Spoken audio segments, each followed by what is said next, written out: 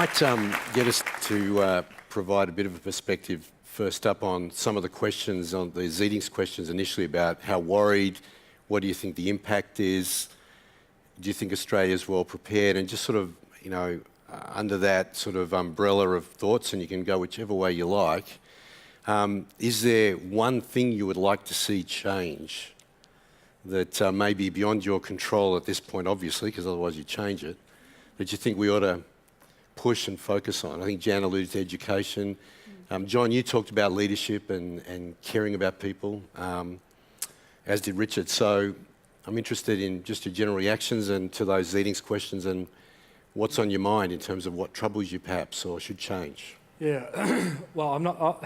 the question about, you know, is Australia prepared is such a broad question. You know, are people responding to, is it the government, is it industry, is it education institutions? So it's a fairly broad question.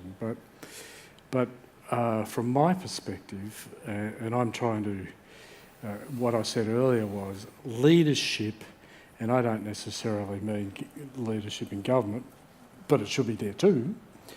I mean, you know, leaders should be anticipating the future change, as I said earlier, and understanding how work will change.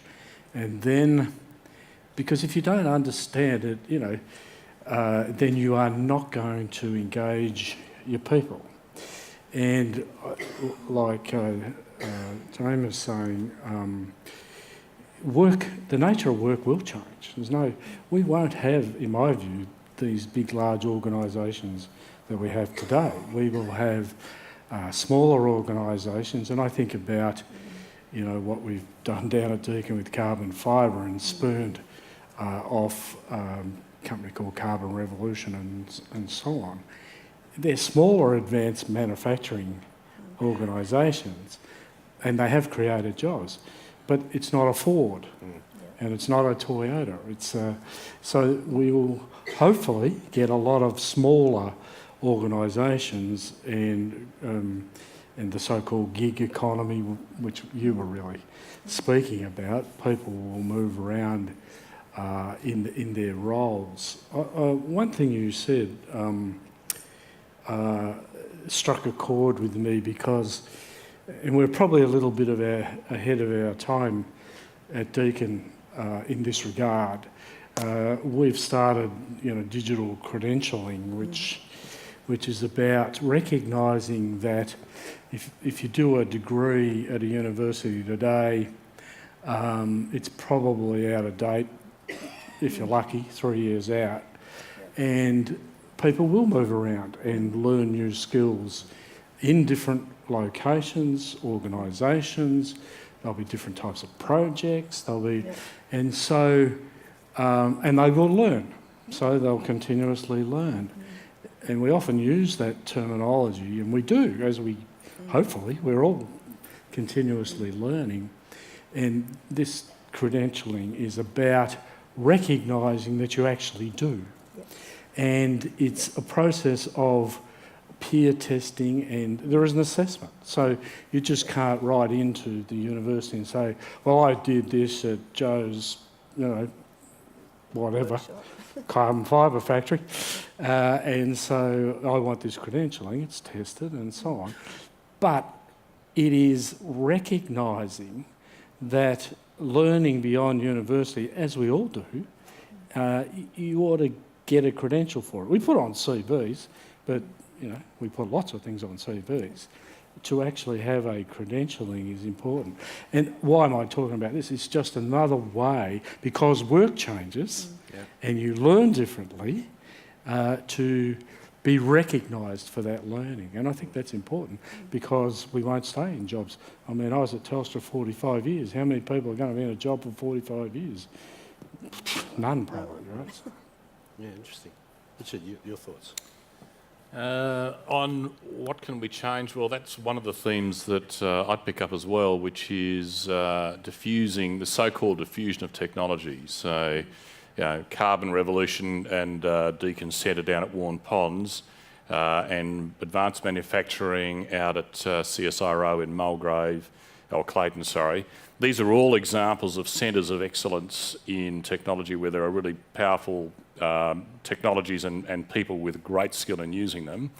And to gain the best for the Victorian economy, thinking probably competitively rather than just thinking about the good of the world here, we've taken the view, we're exploring the question, how do we get the rest of the Victorian economy to skill up and to understand this technology and apply it better? I've been speaking to Larry Marshall at CSIRO about the extent to which the work they do there to bring business in to be educated about their technology and what it might do for them, and to run trials and various things, get a roadshow going, out into the suburbs of Melbourne, out into regional Victoria, so that the upside of digital technology capturing that value to the economy is something we diffuse more rapidly into the economy. Now, if I can go to a completely different idea, which I meant to actually canvass when I was talking, we can talk about the high-end jobs, and there will be high-end jobs in inventing, commercialising technology, and they'll sell into a global market, and some of them will be very lucrative and they'll be very highly paid. And to have those distributed at different parts of the economy is a very critical thing to ensure that the rest of the economy sitting around it gets the benefit. A barista is paid more where there are high-paid, globally facing jobs than where there are not. And there's plenty of examples in the US of each of those phenomena. And in the west of Melbourne, where we have huge growth in population, we have also the greatest socio-economic disadvantage. And to get some of those jobs into there is going to be pretty critical. But the point that then it comes to is most of the jobs that we're going to create really on the back of these centres of real wealth creation that are that are trading into the global economy are going to be service jobs. They're going to be human service jobs, the things that you can't automate away because people want a person. They want a person to look after their children. They want a person to look after their parents in an aged care facility. They want to be taught by a person. They can't really probably be effectively taught by anything but a person using technology. It's still a human. Yeah. And we asked the education system, and I struggled with this in 3 years in there, to get a class of 20 kids and understand how each of them are learning at every step on the way with one person, maybe two people, and if it's two people, there'll be 40 kids because it'll be team teaching. It's a really tough gig to do that. If we want to get the best out of our people, we need more people doing that kind of work. Yep. And it seems to me we need to pay them more. So my point earlier about the returns to social capital being more widely shared, it means service jobs need to be paid better. We need to value them more. We need to have more people in these service roles. So if we want to make sure that work is more evenly spread and we get the return back to society out of that work, I have this feeling that those human service roles need to get a lot more status than they've got to date. Yeah. So I'd pay them more and I'd have more of them. Yeah. Interesting. Jan, your thoughts? Well, just to link a couple of those things, I mean, definitely in the economic clusters of Australia that we saw the most growth, the carers cluster, which has got everything from kind of, child carers through to sort of surgeons and everything in between, and it is clearly a growth sector. I fully expect that will be augmented. It is already being augmented by technology. So again, it's how adaptive are people going to be as technology kind of comes in beside them to work on, whether it's, even the hospital that, many European hospitals now have replaced their kind of reception with the friendly robot, and I could just see more of that happening. It was an experiment that kind of then sticks. So we're going to see a lot more augmentation. I do think the other sectors that we saw growing were obviously the technologists, which is clear, and then also the what we call the informers, and that had a lot of people that were teaching, even kind of public citizen journalism, economists were all in that place. And I think the thread between those is very powerful because all of them are very much involved in both problem solving but also communication and learning or educating in some way. And I think the thing that we're missing in Australia, and it's the thing that, it's why we ask Alan Finkel and other people into these forums, is that we are looking for the kind of what are the future paths and opportunities for Australia? Of course, universities are diving deep into some of them, but what's missing, and certainly what's missing for a generation of younger people, is where should I be putting my efforts and my time, and including my hard-earned or my parents' hard-earned money, or my future HECS debt? Where should I be putting it? Because right now the reality is, and this is, I'm going to go to the kind of negative side of this, the mismatch that we have right now means that there are 650,000 young Australians that are or underemployed. And underemployed are the new group. They actually are the group of young people who've got a HECS debt, 24,000 minimum, and actually cannot get a job for the thing in which they have spent years getting educated and looking for work. So we're sitting in this place where there is a generation that aren't working in the areas for which they have gone and got qualifications and need to find new pathways because those jobs have already been transformed.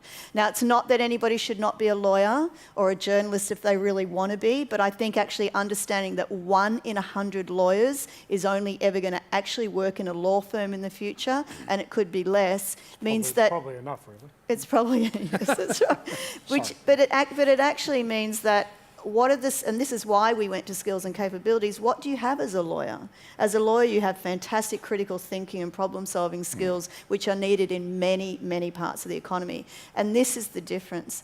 The leadership question, I think, is critical. I don't think any leader in any organisation, whether it's public or private, should ever, ever, ever again in this society be allowed to change or transition their industry without thinking about how am I going to reskill or uptrain my workforce. And that is what Australia Post did, but I can tell you a lot of industry in this country have not done that, and that's why since the 80s we've had 400,000 middle-aged men who are now in their 60s who never worked again post that very first shift that you were talking about. It's like a dirty secret in Australia, and we must never, ever let that happen again. If there are industries that are going to change, which they are, if people are going to have to change jobs, then we need to be on the front foot. By 2045, we will have only 1 taxpayer to 4.5 older people. So, do the math. We actually can't afford not to have a really productive workforce at both ends of the spectrum and in the middle. So on that point, and by the way, we might start flying through some of your questions, the Zeting's questions, and shortly we'll go into the room and talk to you as well that want to speak in the microphones. So at the heart of all of this is something that you all mentioned, which was caring about people, caring about the impact on people. So if that's at the core of the right responses from all sectors, how do we get that message across? Because it isn't where we've been traditionally conditioned to come from and see things. Yeah. I mean, we are a product of the arms and legs are what you bring to work mindset, more so than it's your head and your heart.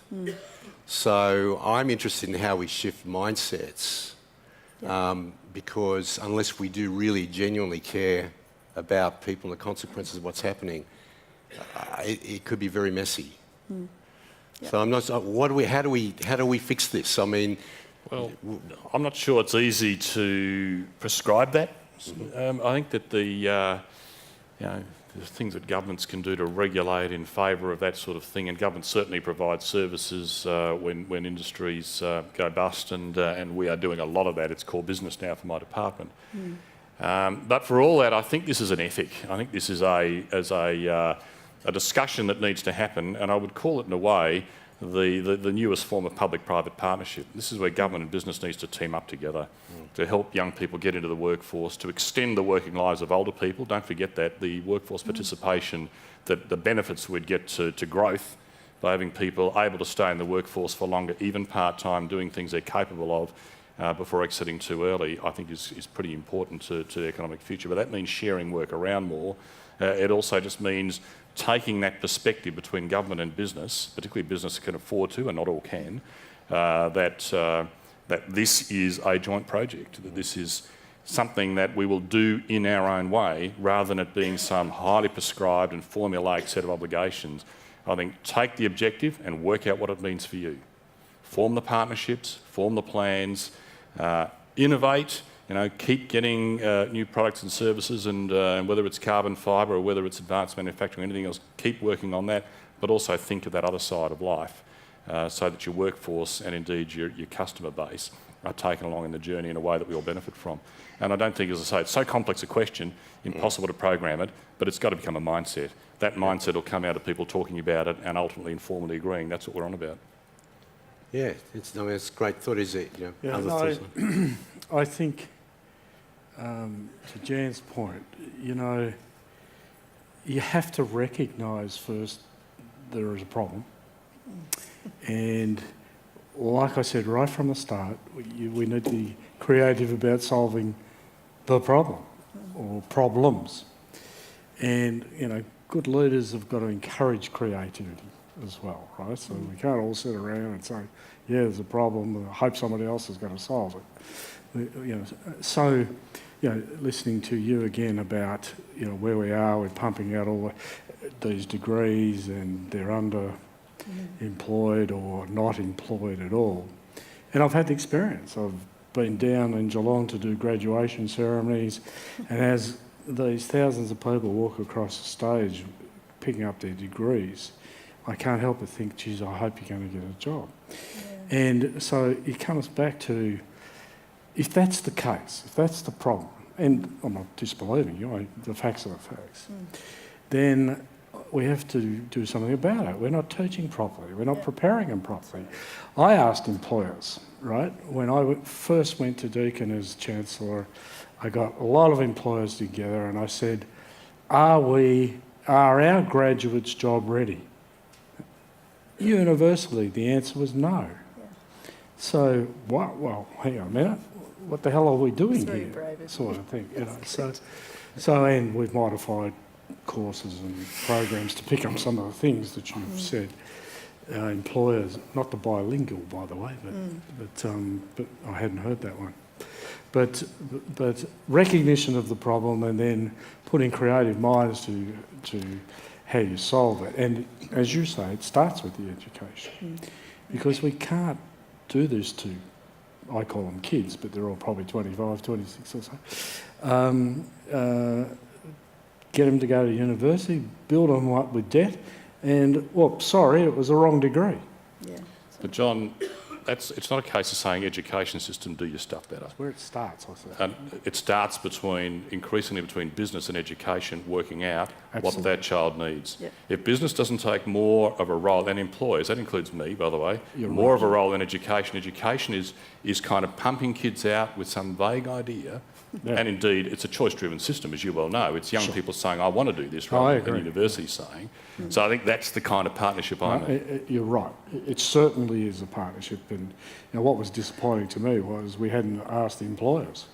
Yeah, that's right. And the employers hadn't offered to be involved. And the employers hadn't bothered to say, you know, they hadn't bothered to knock on the door and say, by the way, they're not job ready. Yeah. So you're right. It's got to be. But it also comes back to, you know, this is last week when I was in Moscow insulting the Russians.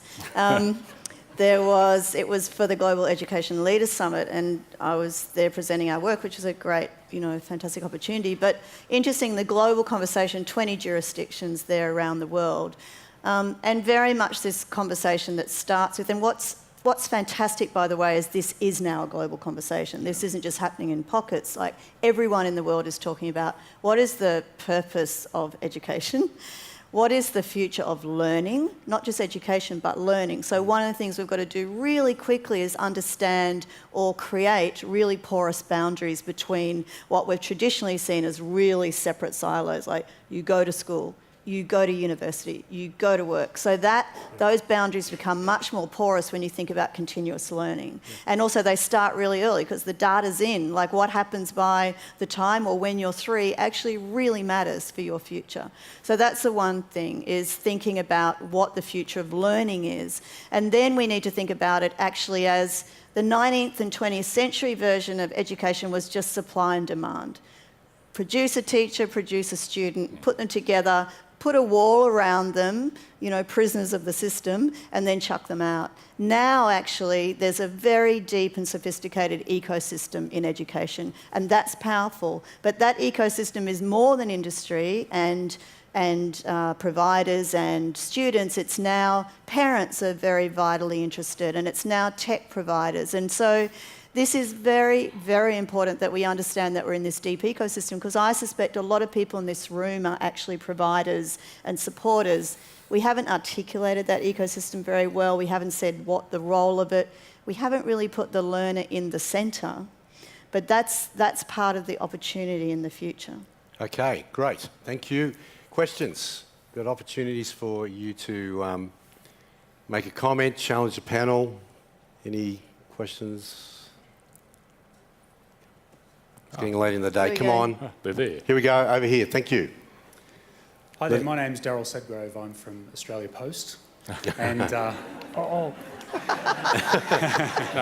you You want us to can guess who my leave? question's for? Yeah, Were you John. set up by John to ask this question? John, I'm really interested and maybe worthy of sharing for other organisations. I'm proud to work for Australia Post, and I'm interested to hear what the board conversation's like that drives the outcomes that are happening there. What mechanisms are you using in the organisation, EBAs, structural, or what are the things you're doing to make these changes? And I say this because as a worker, I see a massive digital team. They've clearly digitally transformed. 400 in a digital team, 900 trained in Agile.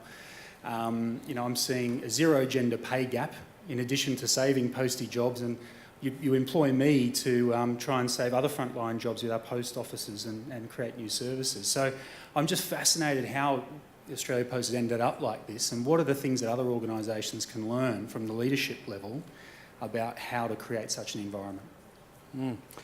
Well, I could say they have a great chairman, Yeah. but I won't. But you raise a good question. What's the role of the board in leading the way? And really, it's the board has had very strong two cultural driving questions all the time in the boardroom. So one was all about customer centricity culture and the customer experience, and creativity. And creativity, and you may well have heard this, or you should have, in Australia Post. Our creativity culture is aimed at the customer centricity culture, so they join together. So if you're in Australia Post, you should be looking at customer problems creatively to solve those problems. And then a board role is also to make sure it's all right to say that, but you need to empower everybody to do that. And so it's okay for Pete, the parcel deliverer, to solve a customer's experience of a late delivery, say, or it went something got lost, or they want it here instead of over there, to be empowered to do that. And so the problem was, I'm over here when, sorry, I said I wanted the parcel over there.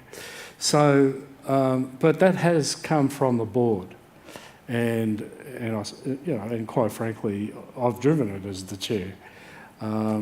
And so that culture has permeated the place.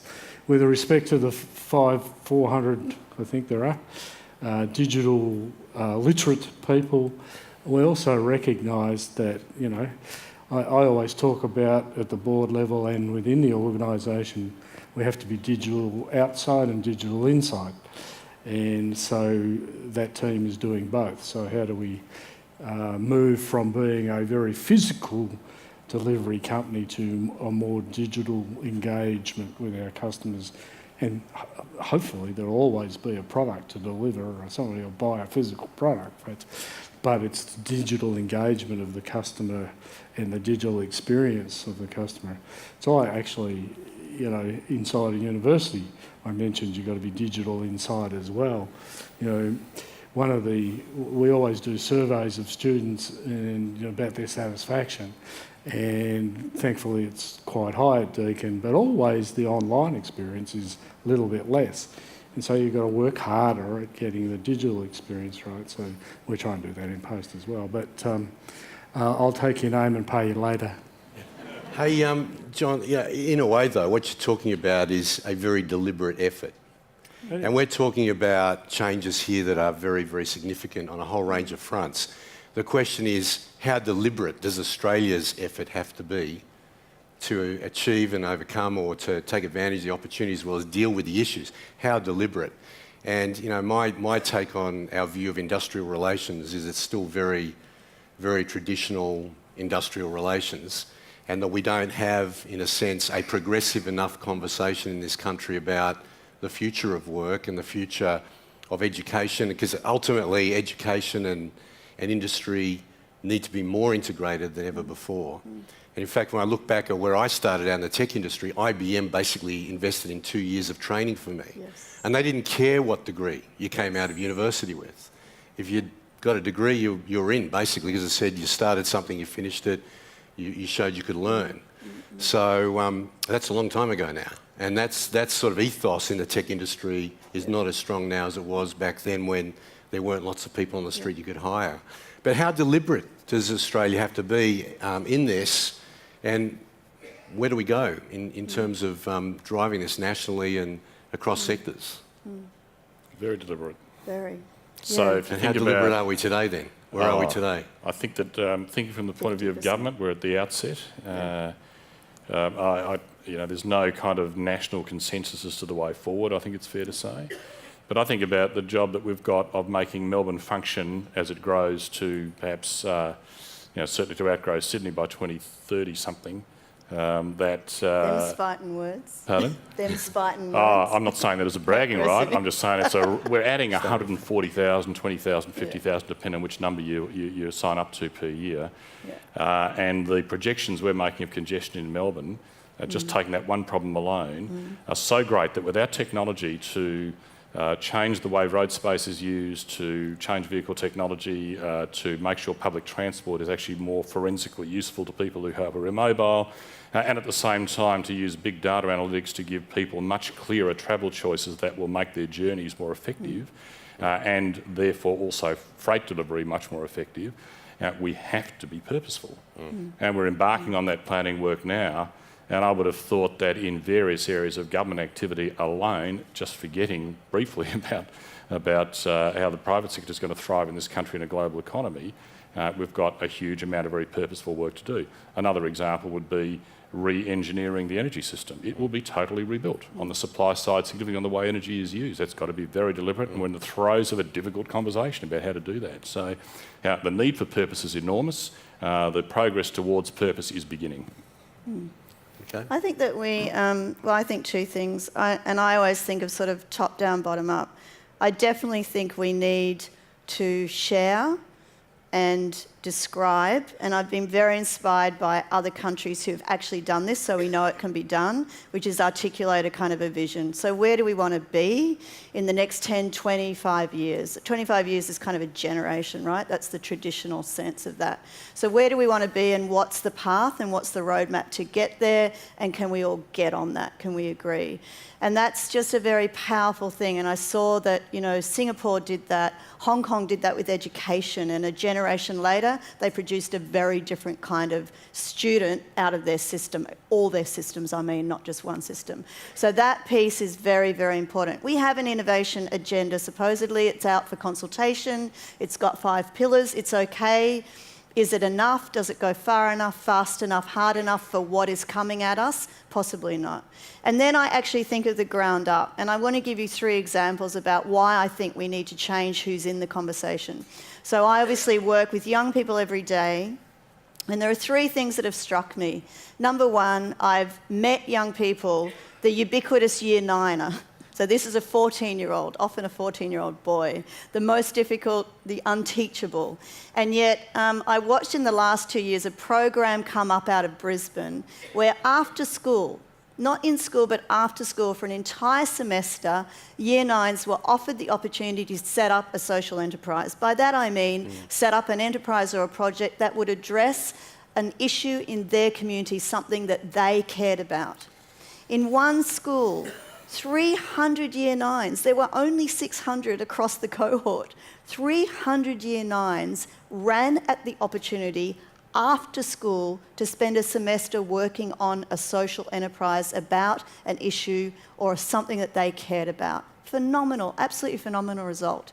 FIA's run a program called $20 Boss, Student Entrepreneurship, the largest student entrepreneurship program in Australia. 26,000 students in year 8, 9 and 10 in one semester in school have spent time setting up something, a business for planet, purpose, people, profit.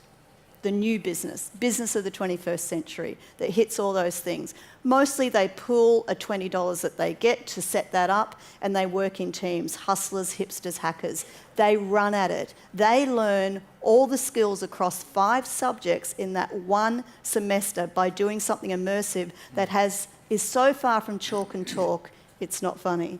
And the third example I'll give you is the young woman who I met very recently from rural regional Shepparton.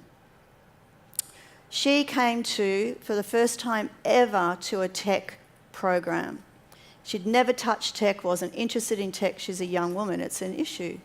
And we gave her the opportunity through one boot camp to set up something that would make a difference. And with her friends, she built an app in one weekend that would actually help her with something that was very, very important to her, which is diabetes. She has type 2 diabetes.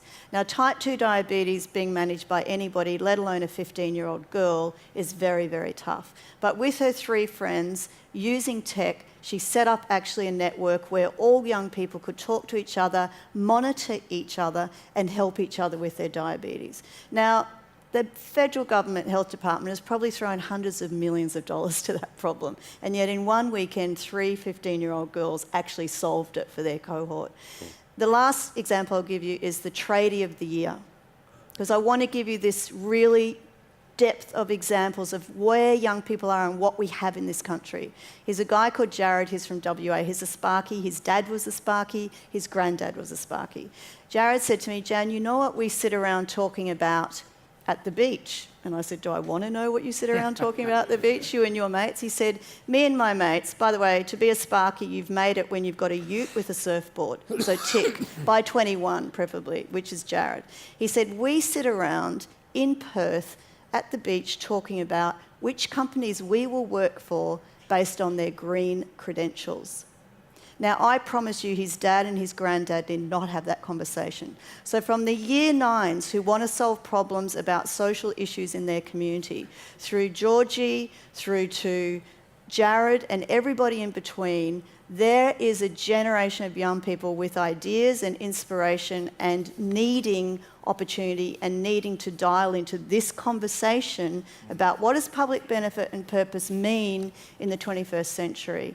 And I just happen to hang out with those people and enable a little bit of catalysing those ideas, but we are missing something if inside our organisations we're not tapping into that, and that's the bottom up for me. So we need a vision, but we need to unlock talent, and we definitely need to unlock the talent that is latently sitting there in a generation of young people. Awesome, thank you. Well said. So it is time to wrap up the conversation. I think that the way I would describe what I've heard is that we've got a panel here of realists, more so than pessimists or optimists.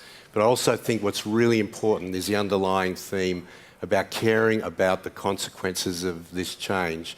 And I think also we are going to have to lift the focus and the deliberate energy that we put into resolving or solving or addressing as best we can the changes that are coming. I love a saying which is about caring about people. And as I said in the outset, the more technology impacts our lives, the more the human dimension matters. And the saying that someone said to me once that really has stayed with me since was, if you want people to think you care,